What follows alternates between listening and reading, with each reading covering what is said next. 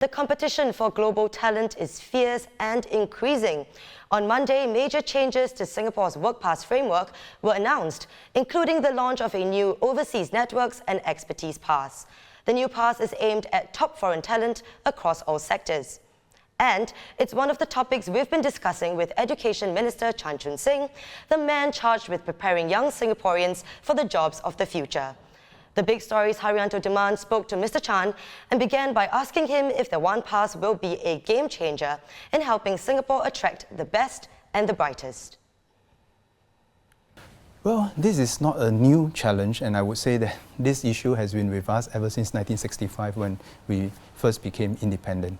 Because we are such a small country, and every year we have a cohort of 30,000-40,000 students, and no matter how many good students we produce, it will be very small compared to the global talent pool.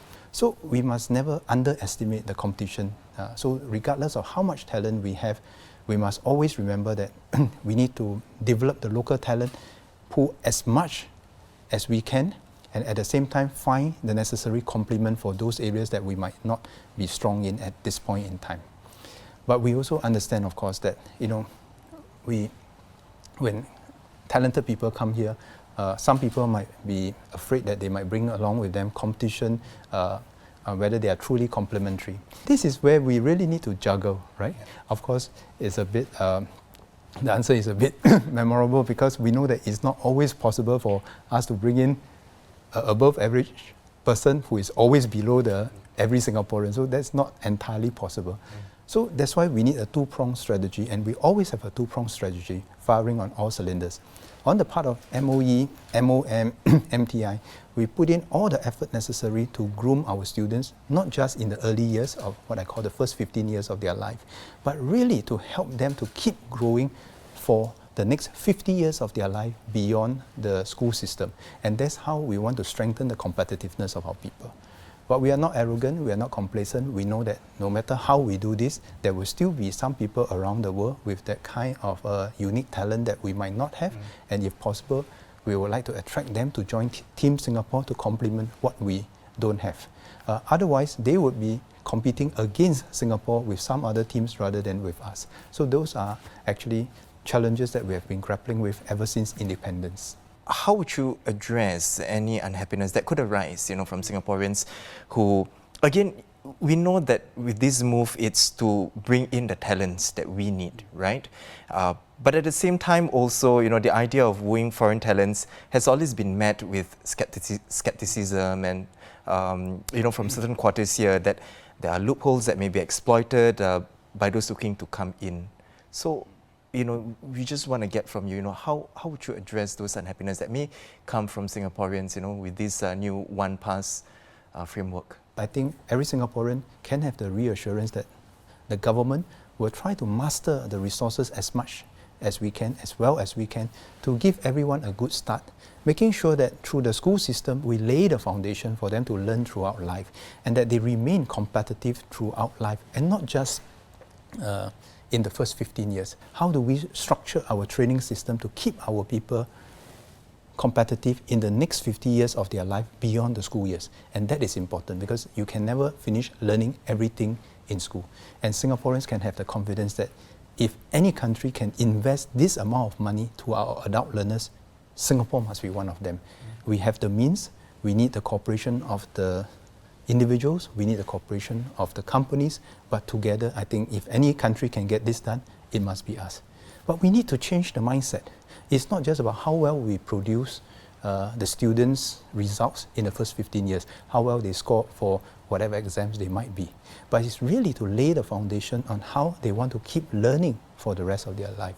It's very difficult for adult learners to go back to school, what we call that, going back to school, because they have financial responsibilities, they have family responsibilities. So we need to design a system whereby they literally have the school in their pocket. They can learn something, anytime, anywhere. So long as they put in the effort, we'll make sure that the resources are available to them. And we're going to do more, and we're going to make more announcements in the course of the year, up to the next budget, on how we intend to step up the effort to make sure that our people stay competitive. Through your interaction and through your experience as the education minister and as a former labour chief as well. If you could, tell us what kind of talent, do Singaporeans you think lack compared to our foreign counterparts? I always do this experiment with the students that I meet. I say that, supposing you are offered an air ticket to any part, anywhere in the world, where would you go and why? Many of our students are actually not afraid to travel overseas to learn. But I find something a bit lacking, which is that they all tend to gravitate to the paths well trodden.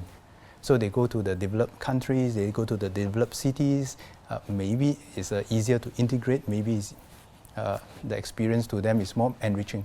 But I always remind myself of some of these global companies when I was at MTN and NTUC and how their HR share with me what they were looking for. The technical competencies from the Singapore students, I think they pretty much take it as a given that we are very strong in the basic technical competencies, mathematics, science, languages and so forth.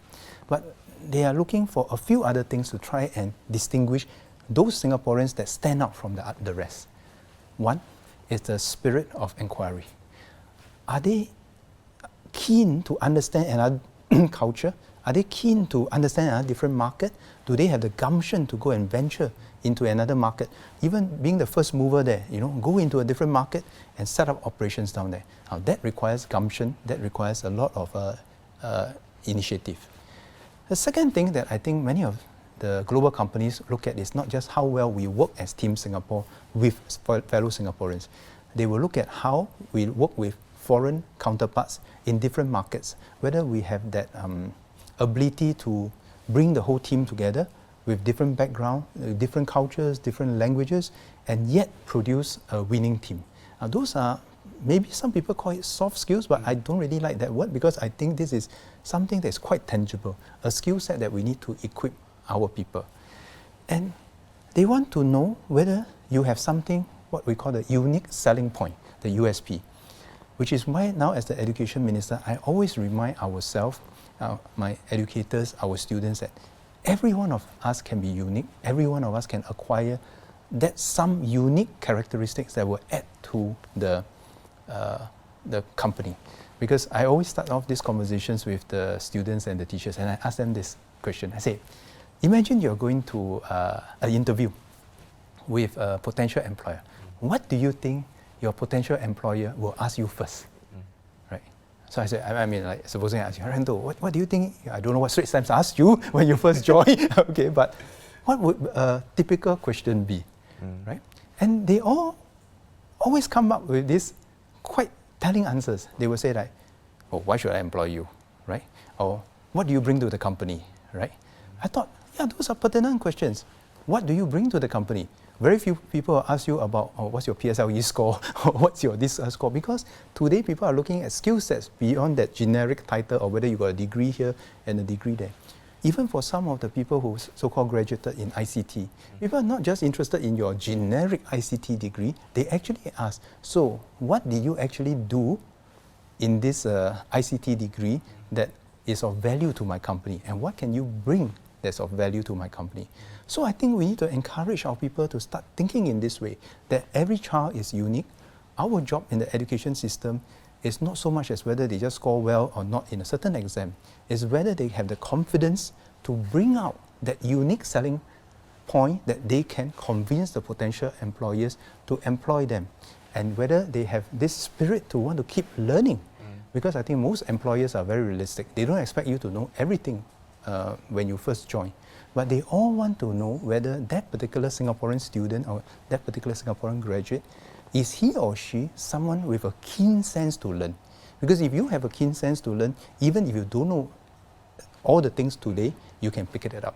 Yeah. But if you are just satisfied with perhaps what your curriculum has covered and you have nothing above and beyond that, then the employer will find it quite hard to say that, oh, I want to take you in because you provide some unique selling proposition to me and add to my company's portfolio. So that's how I will encourage our fellow Singaporeans to think about that. And I'm quite confident that our system will give us a strong baseline compared to many other countries. But that is in itself necessary but not sufficient. We must keep building on that baseline to scale higher peaks. And that was Education Minister Chan Chun Sing. Look out for his full interview on our YouTube channel. Thanks for watching. Be sure to subscribe to the channel. And hit the bell icon to be notified of new videos.